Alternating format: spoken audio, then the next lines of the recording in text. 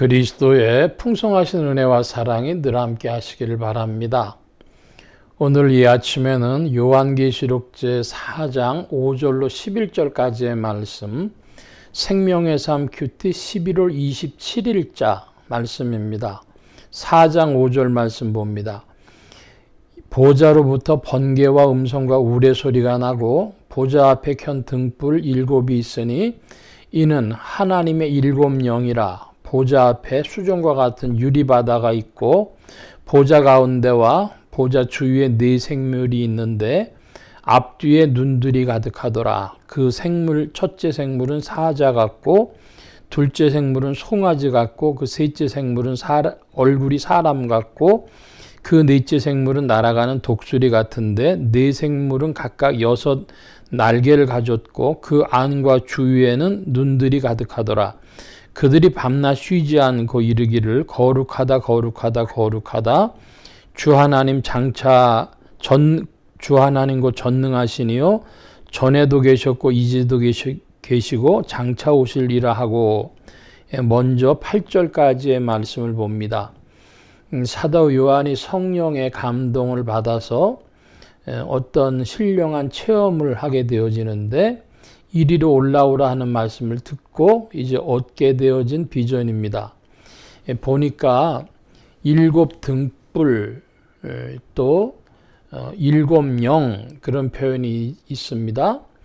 그러니까 등불은 뭐와 관계되냐 하면은 촛대 위에 등불을 옛날엔 켰죠. 그래서 요한계시록 안에서 7 촛대와 7 등불은 깊은 관계가 있는 것입니다. 이것은 교회들에게 주시는 하나님의 말씀이요 곧 성령으로 말미암아 그 촛대의 핵심은 등불인데 하나님의 영으로 성령으로 말미암는 말씀을 표현한다. 이렇게들 해석을 합니다.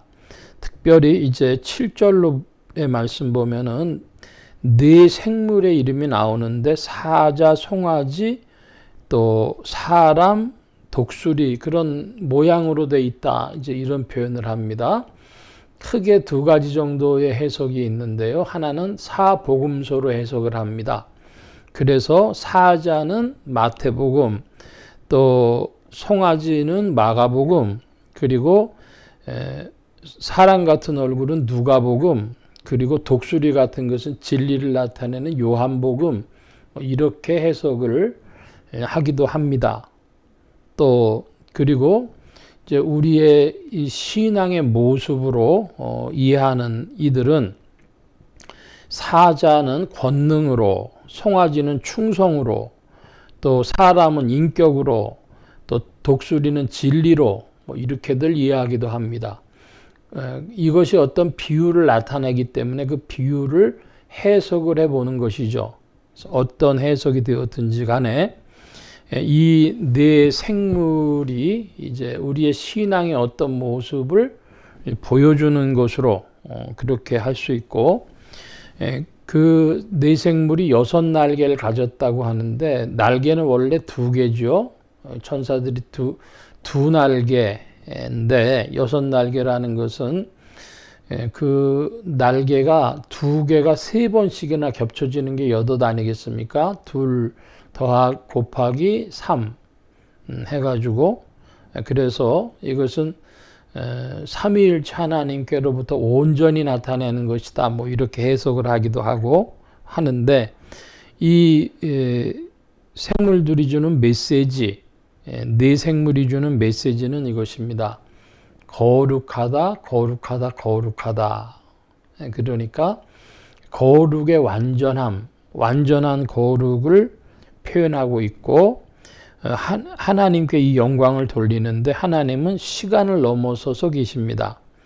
전에 계셨고 이제도 계시고 장차 오시리. 그러니까 우리는 3차원의 시공간에 있기 때문에 현재라고 하는 시간 안에서만 얘기할 수밖에 없죠. 그런데 이제 하나님은 시간을 넘어서 계신 분이다. 물리학적으로 시간과 공간이 어떤 관계가 있느냐 하는 질문도 있는데, 시간이 없으면 공간도 없고 공간이 없으면 시간도 없다. 뭐 그런 해석들이 있습니다. 물리학에서. 그것처럼 하나님이 시간을 넘어서 계신다면 하나님은 공간도 넘어 계시는데 그걸 보고 무소부재하시다 그러죠. 자, 9절 이하의 말씀입니다. 그 생물들이 보좌에 앉으사 세세토록 살아계시는 이에게 영광과 존귀와 감사를 돌릴 때에 24장로들이 보좌에 앉으신 이 앞에 엎드려 세세토록 살아계시는 이에게 경배하고 자기의 관을 보좌 앞에 들이며 이르되 우리 주 하나님이여 영광과 존귀와 권능을 받으시는 것이 합당하오니 주께서 만물을 지으신지라 만물이 주의 뜻대로 있었고 또 지으심을 받았나이다 하더라. 9절에 보면 하나님께 돌리는 것이 네 생물이 돌리는 것은 영광과 존귀와 감사합니다. 그런데 11절에 보면은 24장로들이 돌리는 것은 영광과 존귀와 권능을 받으시는 것이 합당하다 그랬습니다. 하나님은 영광과 존귀, 권능의 찬양을 받으시기 합당하고 우리 인생들에게서는 감사를 받으시기 합당하신 분이시죠. 그래서 하나님께 그와 같이 찬양을 돌리는데 24장로들이 이들도 보좌에 앉아 있다 그랬습니다. 24보좌들이라 그랬습니다. 그들이 자기관을 보좌 앞에 드리며 그랬습니다. 여기 자기관이라고 하는 것은 왕관, 면류관입니다. 그러니까 24장로들이 다 승리자들로서 표현됐는데 24장로는 구약교회와 신약교회 12지파와 또 12사도 이렇게 해서 신구약 모든 교회의 승리자들이 하나님 앞에 영광을 돌린다. 그런 말씀으로 보여지고 11절 하반절에 보면 주께서 만물을 지으신지라 만물이 주의 뜻대로 있었고 또 지으심을 받았나이다 합니다.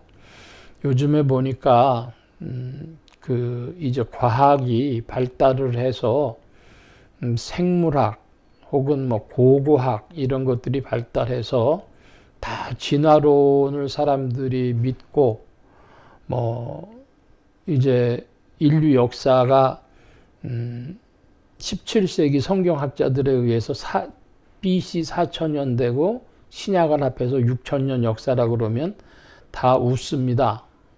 코웃음을 치죠. 저는 BC 4000년설을 동의하지 않습니다.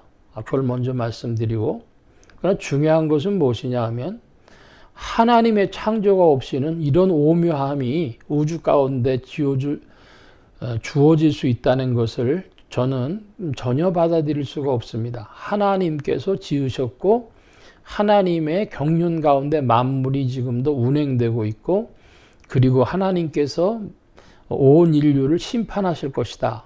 그것을 믿습니다. 그리고 인류를 위해서 구주 예수 그리스도를 우리에게 보내주셨다. 이렇게 믿습니다. 그리고 구주의 성령께서 오늘도 성도들에게 역사하시며 감화하시며 인생이 바른 길을 가도록 지도하신다. 이와 같이 믿습니다. 그리고 성도들 위하여 지상의 교회를 주께서 베풀어 주셔서 성령으로 그 교회들을 이끌어 가신다. 그와 같이 믿습니다.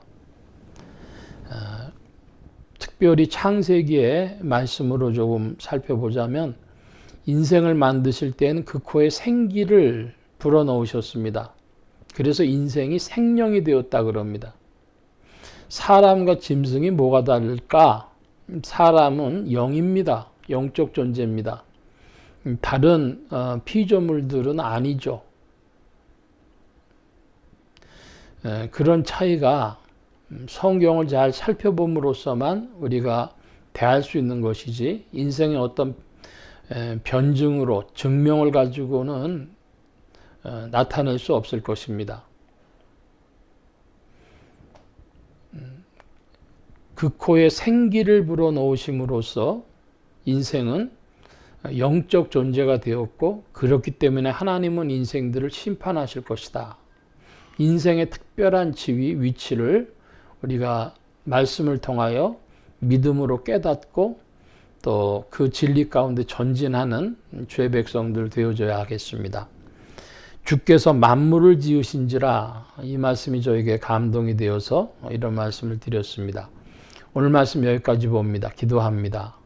만복의 근원 되신 하나님 함께하여 주셔서 만물을 주께서 지으신 바 되었고 오늘도 주의 경륜 가운데 이끄시는 줄 믿사오니 온 누리에 주님을 향한 찬양이 가득해 하옵소서. 영광과 존귀와 권능과 감사를 주께 돌리는 입술들이 되어지게 하시고 성령의 이끄심을 받아 이 일에 동참하는 성도들이 더해지게 하여 주옵소서.